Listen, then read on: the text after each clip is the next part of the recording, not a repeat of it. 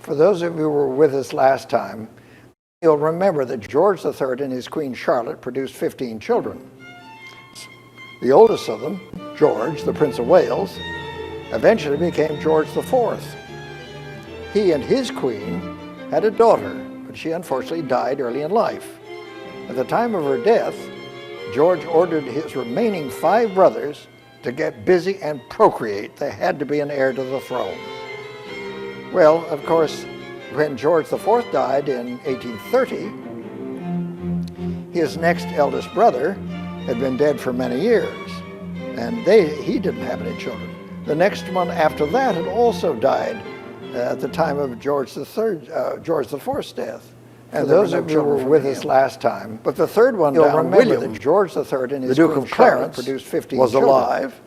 And he was the oldest proclaimed George, King, the Prince of Wales, IV. Eventually became George IV. Unfortunately, he and his queen, did have a little boy, had a daughter. He died in infancy. She unfortunately died early in life. And when William IV died in 1837, George ordered his remaining 5 brothers that brought the next Duke down had to be an heir to the throne. The original, well, of course, Duke. When George IV died, and he should have been king, but he also was dead. His next eldest brother, he and his Duchess, had been dead for many years. And had a little girl, and she was alive. The next one, she was 18 years old, also died, and her name at the time of George was Victoria. George IV's death, and there were no children from him.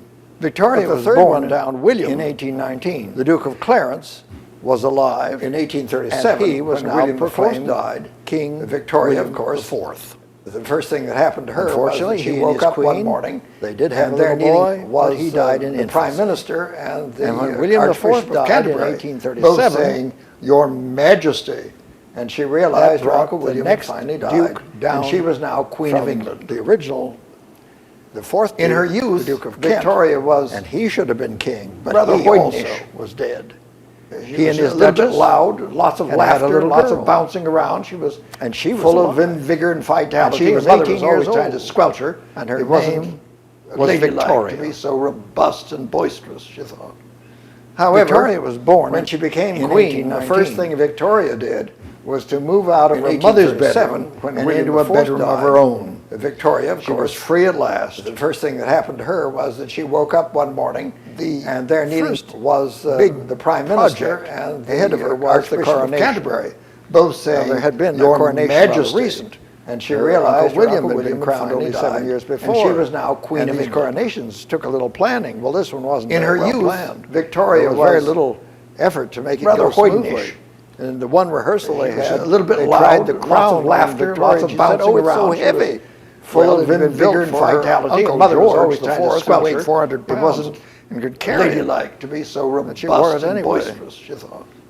However, the coronation went off with a few hitches, and the first thing Victoria did, one of which was out of her mother's bedroom, Archbishop of Canterbury, bedroom of her backing away from the throne, was free at last. Kissed hands, stumbled, and fell down the steps.